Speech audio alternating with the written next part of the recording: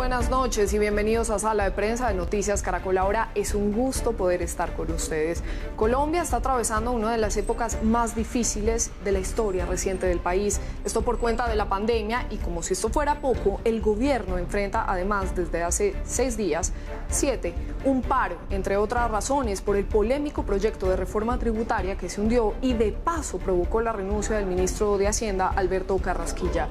Al mismo tiempo, en paralelo a estas legítimas y pacíficas protestas, se han presentado graves actos de violencia. Por un lado, hay denuncias contra la policía por excesos en la fuerza y en el control de las marchas y manifestaciones. Hay uniformados que son señalados de muerte de varios jóvenes en Ibagué y en Cali, al tiempo que las autoridades investigan otros hechos que dejan otros fallecidos y otros heridos. Y por el otro, también se han presentado actos de vandalismo, saqueos y destrucción, así como ataques que dejan un oficial de la policía fallecido y decenas de uniformados más heridos. Además, hay bloqueos de los camioneros que tienen represados cientos de vehículos en Cundinamarca, en Valle, Antioquia, Huila y norte de Santander.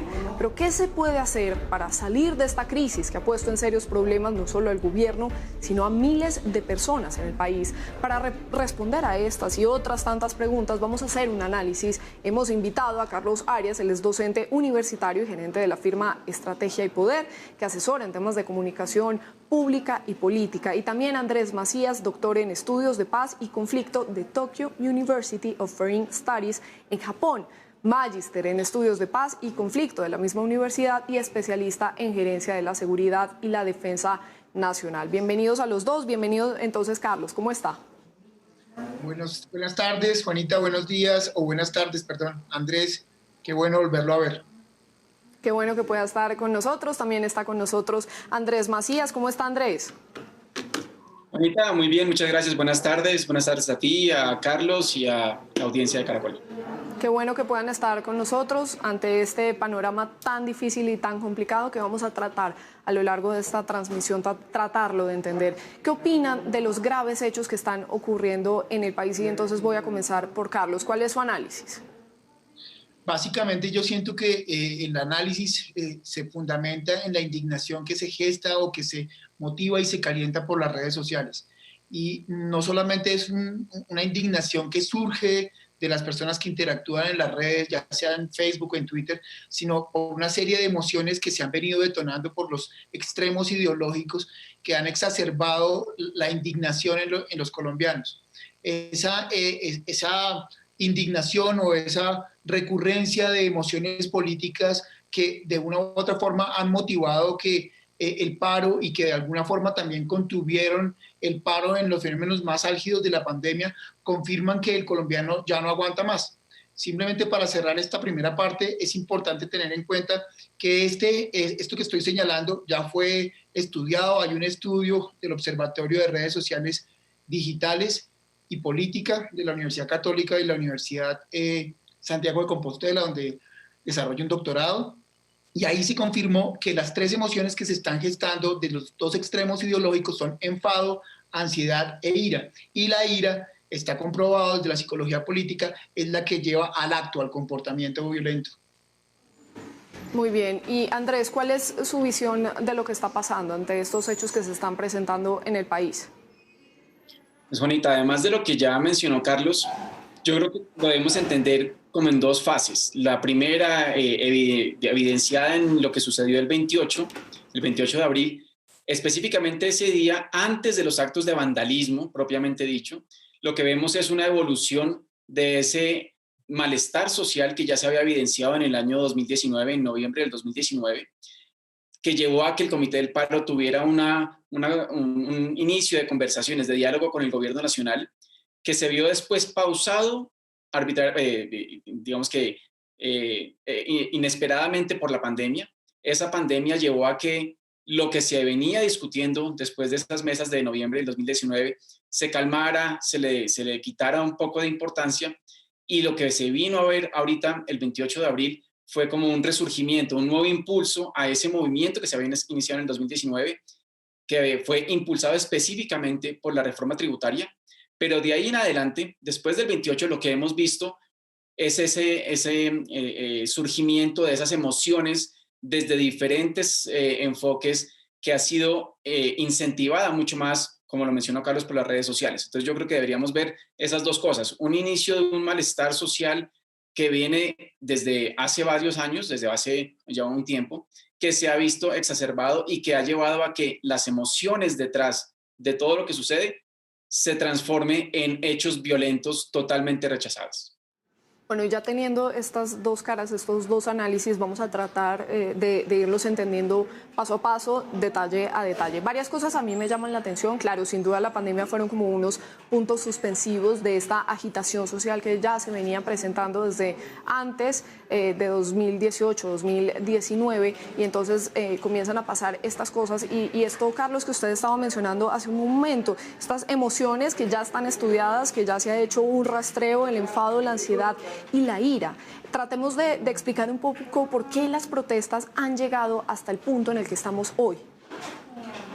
Bien, arranco por decirle que lo que tuvimos fue como una pausa antes de la pandemia, porque ya el movimiento y la conmoción alrededor de lo que estaba generando las políticas y el desgobierno del actual presidente generaron como esa pausa de aquí no pasa nada. Y luego se generó un fenómeno que en teoría y en ciencia política y en comunicación política se llama todos alrededor del líder, around the flag. Y eso hizo que de alguna forma esa pausa generara como un pico de respaldo y legitimidad al gobierno y al presidente, y de alguna otra forma por eso también se explica un poco la favorabilidad del presidente en esos meses. Pero ya para entrar a responder lo que usted me dice y por qué hago este contexto, y es que aunque se generó ese pico de favorabilidad, el descontento siempre estuvo allí.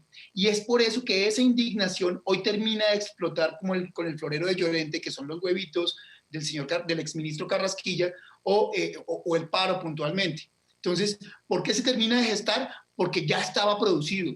Lo que estamos viendo hoy es la consecuencia de hace 2 años, ¿sí? Y se termina de gestar porque no solamente hay descontento, hay indignación, sino porque el gobierno pensó o supuso y creyó aprovechar que la gente estaba en sus casas y que se estaba cuidando tanto del COVID que no iba a salir a protestar, que no se iba a indignar de esta manera.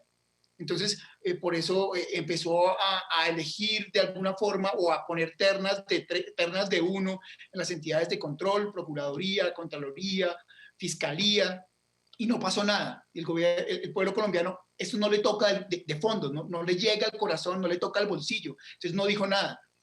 Se vinieron decretando una serie de momentos políticos alrededor del estado de excepción, el cual los ciudadanos tampoco sintieron nada y por eso no les afectó y no quisieron indignarse, pero ya eso iba alimentando el fuego. ¿Dónde termina de explotar y por qué a su respuesta se termina de explotar cuando se le toca el bolsillo a la clase media?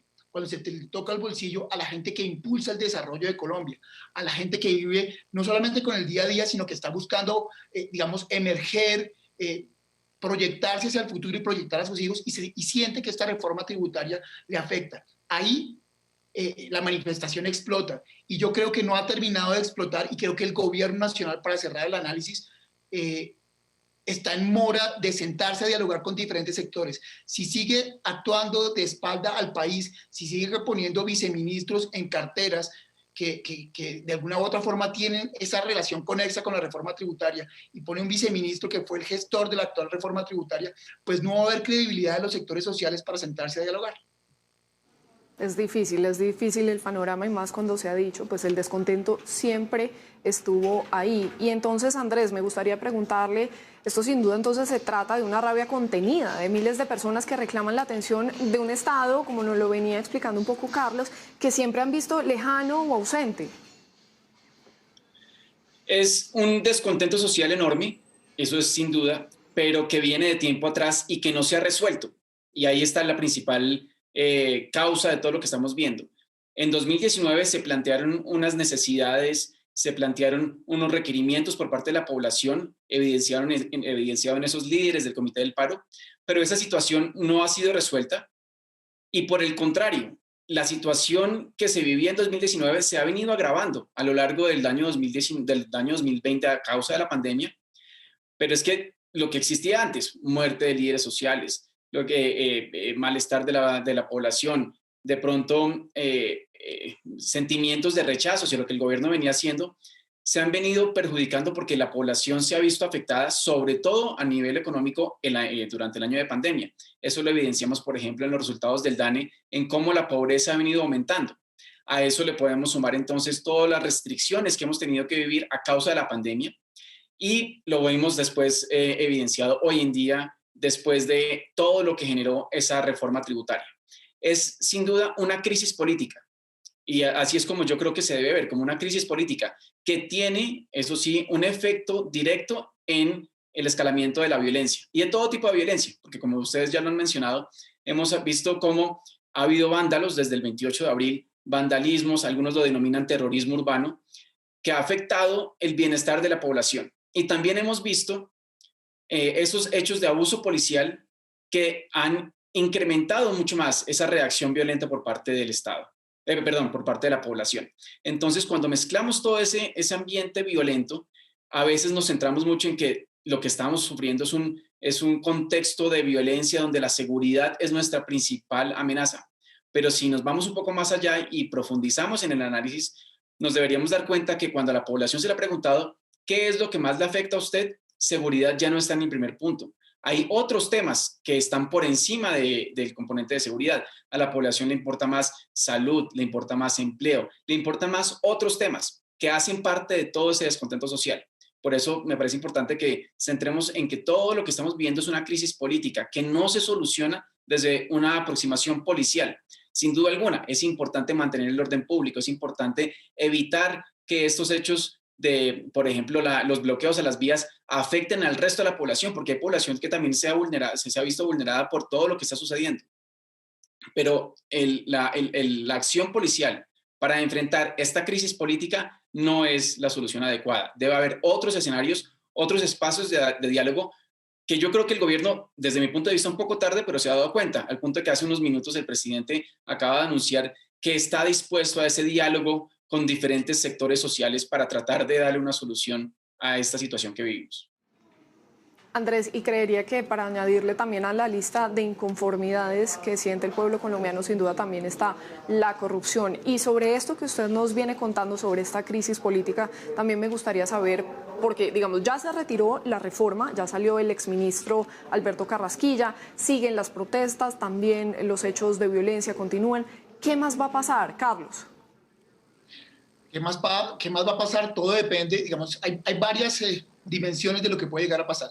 Lo primero es que el gobierno, a pesar de hacer un anuncio de que va a abrir los canales de comunicación con diferentes sectores, no solamente los empresarios y los políticos tradicionales, sino con sectores sociales y organizaciones de base, el tema es no solamente el anuncio, y aunque suene un poco de perogrullo, hay que cumplirlo, pero el problema es que nunca se ha cumplido. Estamos frente a un gobierno que solamente informa y no comunica. Estamos frente a un gobierno que tiene total de legitimidad frente al ciudadano. Es decir, el ciudadano no le cree a Iván Duque, no le cree a un presentador de televisión que en los últimos 6 meses de su programa de prevención y acción nunca ha abierto los canales para hacer un debate y recibir preguntas de los periodistas o preguntas de los ciudadanos en un espacio diario, semanal, que creo que, a excepción de Venezuela, ningún otro país tiene. Entonces, creo que esa es una de las dimensiones, la falta de credibilidad de la opinión pública alrededor de esa posibilidad de hablar en consenso con los sectores sociales. ¿Qué otra cosa va a pasar? Que seguramente el proceso electoral que ya está en ciernes se va a polarizar aún más. Y eso significa que van a surgir alianzas muy fuertes desde la derecha y la centro derecha, porque el mejor jefe de debate que hoy tiene la izquierda y sus representantes y sus líderes políticos es el gobierno nacional. Entonces vamos a estar enfrentados a un debate político en el cual la derecha va a tener que plegarse. Creo que ya, a pesar del timonazo que está intentando dar el presidente en términos electorales, ya hay una consecuencia muy fuerte, y es que podríamos estar hablando, si el resto del año termina así, podríamos estar hablando incluso de un triunfo en una primera vuelta. Y finalmente, creo que lo más grave de este asunto es que los ciudadanos dejaron de creer en sus instituciones. No creen en la policía, no creen en el ejército, no creen en el ejecutivo, no creen en los ministerios, no creen en las entidades de control. Y eso es un problema desinstitucional gravísimo para la democracia en el país. Impresionante, sí. Es realmente un análisis muy completo, tal cual como una radiografía de lo que está pasando. Y solo para agregarle algo más, Carlos, que usted decía sobre el programa del presidente Iván Duque, hoy además dice que no lo va a transmitir por los contactos para avanzar en el diálogo. Anuncian desde la presidencia que no va a transmitir precisamente el programa hoy de prevención y acción. Y ahora le quisiera preguntar a Andrés, ¿por qué Cali se convirtió en escenario no solo de protestas legítimas, sino de los más graves hechos de violencia? Ha llamado mucho la atención lo que ha pasado en esta ciudad. ¿Qué es lo que hay allí? Sí, desafortunadamente lo que hemos visto en Cali ha sido bastante grave, bastante trágico por todo. La violencia que se vivió el 28, ese vandalismo que afectó a diferentes ciudadanos y a diferentes entidades e instituciones, infraestructura de la ciudad, y toda la violencia que vino después, incluyendo, que digamos que es importante tener esas dos caras de la violencia, esas denuncias de abuso policial. Pero no es nuevo, no resulta, digamos que sorpresivo, porque lo mismo sucedió en noviembre. En noviembre también Cali fue uno de los municipios más afectados. Desde mi punto de vista, yo creo que no, el caos no fue tan grave al principio como sí fue en noviembre del 2019 por el toque de queda, que fue mucho más rápido, mucho más temprano que lo que se vivió en 2019. El 28 de abril fue mucho más rápido, y eso yo creo que llevó a que hubiera menos violencia específicamente en el 28. Pero de ahí en adelante la violencia desafortunadamente se ha incrementado, a pesar del seguimiento que le he hecho, por ejemplo, al comandante de policía de Cali, que yo creo que es una persona que sabe muy bien cómo hacer su labor, pero desafortunadamente la violencia se le ha salido de las manos. Yo creo que anunciar el apoyo por parte de las fuerzas militares, tal como se anunció, como lo mencionó Carlos, no siempre se informa adecuadamente qué es lo que se va a hacer y cómo se va a hacer. Desde mi punto de vista, cuando el contexto de seguridad se le sale de las manos a la policía, las fuerzas militares pueden ser un apoyo, pero con ciertas restricciones y con ciertos condicionamientos y con ciertos lineamientos que no fue claro. Simplemente el anuncio de vamos a sacar a los militares, vamos a militarizar la ciudad, yo creo que lo que hizo fue incrementar mucho más esa sensación, esas emociones, esa rabia que ya Carlos también mencionó, y eso se apoderó de la población. Eso ha llevado precisamente a que las expresiones de violencia aumenten, se incrementen más aún con las denuncias de abuso policial, que han hecho que Cali se convierta en ese eje para muchos en la peor crisis de seguridad que ha vivido Cali. Para otros analistas de Cali también, de pronto la labor del alcalde no ha sido la mejor, y eso se ha visto reflejado también en el descontento por parte de la población, que ya no está rechazando el quehacer del gobierno nacional, sino también en algunas medidas rechazando el quehacer del gobierno local. Pero al mismo tiempo yo creo que también es importante ver las manifestaciones por parte de otro sector de la población que busca tratar de evitar que la situación pase a mayores, que trata de brindarle ese apoyo a la fuerza pública, quien actúa de una manera en la cual, sin cometer abusos, tratan de contener lo que está sucediendo. Es una situación muy compleja, donde el principal factor, la principal variable que ha hecho que en Cali se convierta en ese escenario de violencia son las emociones de la población frente a la forma como las autoridades civiles han tratado de enfrentar esos hechos de vandalismo que se vivieron el 28 de abril. Y ya que usted lo está mencionando, Andrés, ¿qué opinan del papel de la policía y del ESMAD en medio de todas estas manifestaciones, de estos 7 días de manifestaciones, Carlos? Antes de responderle, quiero dejarle algo que se me quedó en el tintero, que a partir de lo que usted señalaba al principio, al final de mi última respuesta, me parece importantísimo. Hay un trabajo de grado de la maestría en comunicación política del externado, que hace un análisis del programa Prevención y Acción y concuerda coincidencialmente con un artículo del New York Times sobre que el presidente debería dejarse ese espacio, porque ese espacio, en vez de acercarlo a la gente, lo está alejando de la gente. El trabajo de grado que le menciono, que tuve el placer de acompañar, señala fundamentalmente y básicamente que hoy el engagement, es decir, la conexión que tiene ese programa con lo que necesita escuchar el ciudadano, desapareció. En ese espacio el presidente lo que hace es repetir los titulares y repetir la información que dicen los noticieros en sus titulares o en las notas a profundidad sobre el COVID. Y termina dando un informe de gestión que es publicitario. Y ya está confirmado por la psicología social y la psicología política que cuando te están intentando vender una gestión de gobierno de manera publicitaria, la rechazas. Cierro ese capítulo pequeñito porque me parecía importante, digamos, hacer esa acotación para responderte la pregunta con respecto al tema de Cali y el tema del SMAT. Y voy a ser muy corto, pues porque obviamente estoy con Andrés, que es un experto en defensa, y es por un conocimiento por los clientes que a veces asesoramos. Hoy hay una desconexión y se rompieron los vasos comunicantes entre la autoridad civil y la autoridad policial y la autoridad militar. Eso no significa que todos los policías estén desconectados y desconozcan la autoridad de los alcaldes, los gobernadores. No, eso sería un error radicalizar una posición excesivamente absolutista que no lleva nada dentro del análisis. Pero no se puede desconocer que en muchas localidades y en muchos cuadrantes los tenientes, sargentos están actuando por mano propia y desconocen los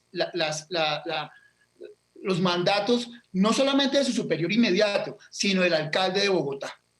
Y esto es muy importante señalarlo porque ¿a quién entonces obedecen? ¿Quién manda? Que fue una de las preguntas que le hacían hoy al ministro Molano. Hoy están mandando bajo un mito. Están obrando bajo un mito. ¿Cuál es ese mito? La frase de un expresidente que logró poner 2 presidentes en Colombia, que señaló que los policías y los militares tendrían que salir a defenderse y a defender las instituciones a como diera lugar. No voy a citar literalmente el trino porque, digamos, creo que la opinión pública lo conoce, pero creo que mi respuesta está a uno. Hay una desconexión de los mandos medios en muchos cuadrantes, localidades y ciudades intermedias. 2, ¿a qué se debe esa desconexión? A creer en el mito de protección de una persona que tiene muchísimo poder aún en Colombia. Andrés, ¿y cuál es su opinión sobre el papel de la policía y el SMAT, no solamente en Cali, en general, en medio de todas estas manifestaciones? Bueno, Juanita, hay un elemento que yo creo que es fundamental y es que tenemos una fuerza pública, específicamente una policía, que tiene un mandato constitucional. Hay un SMAT que existe y que desde mi punto de vista debe seguir existiendo si se mantiene dentro de su mandato constitucional y dentro de su rol dentro de la institución. Sin embargo, existen, o pues lo hemos evidenciado, una gran cantidad de evidencias sobre abusos policiales en Cali y en otras partes del país. Pero sigamos, nos alejamos un poco del contexto de protestas y marchas en general. Digamos que nos vamos a un escenario un poco más completo de qué es el quehacer de la policía, que es proveer seguridad ciudadana. Hay un elemento en ese enfoque general que es la principal debilidad de la policía en este momento, y es su bajo nivel de aceptación entre la sociedad. Existe un bajo nivel de confianza de la población hacia su policía. Existe un bajo nivel de credibilidad de la población hacia su policía. Y precisamente esa pérdida de confianza y esa pérdida de credibilidad son las que llevan a que gran parte de la ciudadanía considere que todo lo que hace la policía está mal o que todo lo que hace la policía no es adecuado. Y por eso cualquier hecho de la policía, cualquier abuso policial se potencializa mucho más. Y como lo mencionó Carlos al principio, a través de las redes sociales, estos hechos se vuelven un elemento mucho más complejo de controlar. Entonces, hay muchos elementos de la policía, muchos efectivos de la policía y del SMAT que no solo cometen abusos policiales, que cumplen su labor adecuadamente. Desafortunadamente, hay casos de abuso policial, hay denuncias de abuso policial, y una de las principales debilidades también de la policía en ese sentido, no solamente en este contexto que estamos viviendo, sino desde hace tiempo atrás, el nivel de sanción y de investigación dentro de la policía debería ser mucho más riguroso, y eso claramente incide nuevamente de manera negativa en la percepción que tiene la población de su policía. Dentro de todo ese contexto, digamos que se podría explicar, no entender necesariamente, pero explicar ese rechazo de una parte de la sociedad, de la ciudadanía, hacia la institución de la policía. Desde este punto de vista, hay otro elemento que vale la pena resaltar, y es que ante esas denuncias de abuso policial, lo que se debe hacer no es ignorarlas o no es decir que eso no existe y que son mentiras. Por el contrario, lo que se debe hacer para enviar ese mensaje y esa imagen a la ciudadanía, de decirles por parte de las autoridades civiles y policiales, vamos a investigar qué está sucediendo y vamos a tomar medidas en el asunto, es lo principal. Y yo creo que en ese sentido el general Vargas, precisamente hace poco, después de las denuncias de Naciones Unidas frente a esos posibles abusos policiales, yo creo que, digamos que celebro esa actitud que tomó el general, que es un general que es muy reconocido dentro de la esfera de seguridad ciudadana en el país, diciendo, vamos a indagar porque es que esta situación no se puede dejar pasar. Hay unos protocolos que debemos cumplir. Nos comprometemos con ustedes, comunidad internacional que está denunciando lo que está sucediendo, nos comprometemos a revisar qué está sucediendo para tomar las medidas necesarias. Ese es el primer paso fundamental para lograr que la ciudadanía vuelva a creer en su institución de policía, que es un elemento fundamental para poder salir de esta crisis. Sin duda, porque todos estos excesos y abusos pues tienden a enturbiar un poco más el panorama, hacer más delicada la situación, como lo veníamos diciendo, potenciar todas estas emociones. Y hasta este punto, digamos, de esta transmisión, lo que hemos hecho ha sido como analizar y entender en detalle qué es lo que ha venido pasando, por qué se da este estallido social, qué implica para el país, qué significa esta crisis política. Pero ahora me gustaría tratar de entender un poco qué va a pasar a partir de este punto y qué es lo que vamos a hacer y lo que deberíamos hacer. Y así las cosas, cómo generar un espacio de diálogo, ya que el gobierno ha abierto hoy esa puerta. Carlos. Pues esa es la pregunta del millón, es la pregunta más difícil. No porque no tengamos claro la sociedad civil o la academia o los que trabajamos en consultoría qué es lo que se debe hacer. El tema es que no sabemos si hay la voluntad política para hacerlo y si la búsqueda de poder político a puertas de un proceso electoral tan fuerte en el cual se va a elegir nuevo Congreso y presidente quieran permitirlo. Y con esto ya entro a responder la pregunta, Juanita, y es, ¿qué se debe hacer? Se debe hacer una gran mesa de diálogo nacional.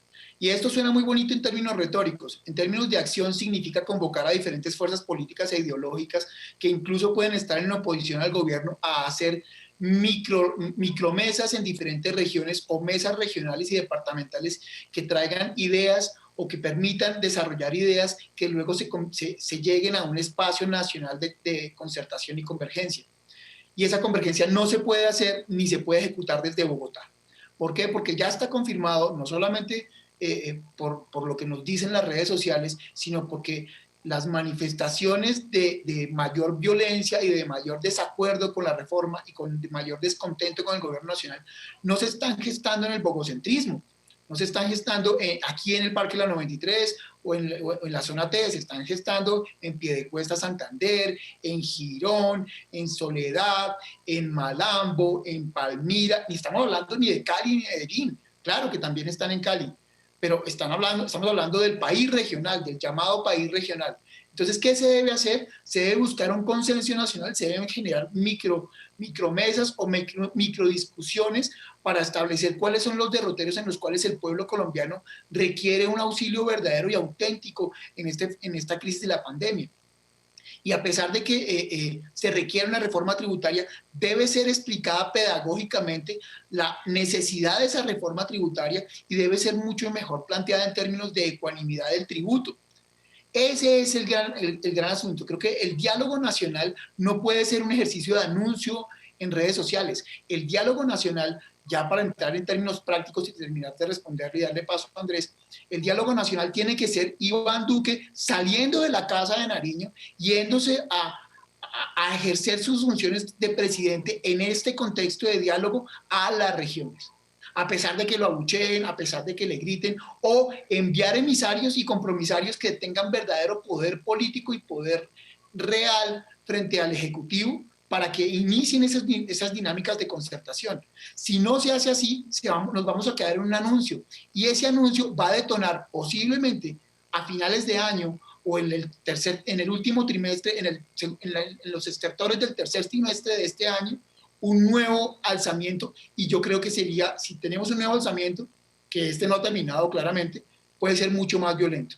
Creo que el único paso es el diálogo, pero es un diálogo real.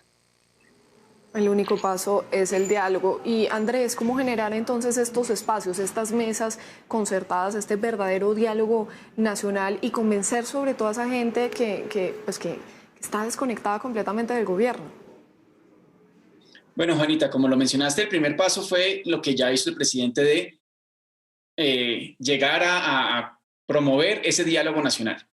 Pero en esa iniciativa hay una debilidad importante a diferencia de lo que se venía dando en 2019, y es que desde mi punto de vista lo que está sucediendo hoy tiene menos liderazgos claros que los que había en 2019 cuando se pudieron sentar esas mesas de diálogo en diferentes temas.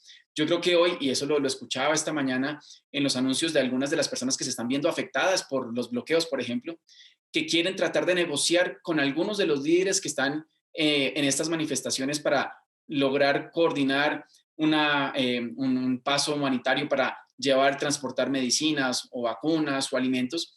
Y su queja es: no tenemos con quién negociar porque ese liderazgo que de pronto se vio en épocas anteriores hoy no es tan claro.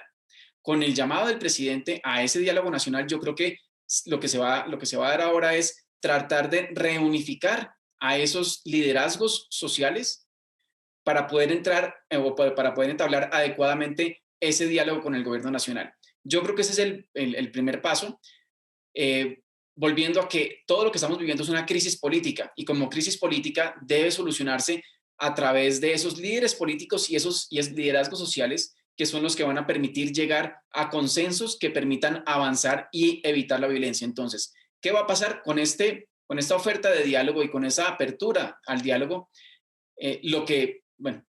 Ojalá sea lo que va a pasar, de pronto estoy hablando con el deseo, es que esos liderazgos sociales y políticos sean los que empiecen a promover el desescalamiento de la violencia.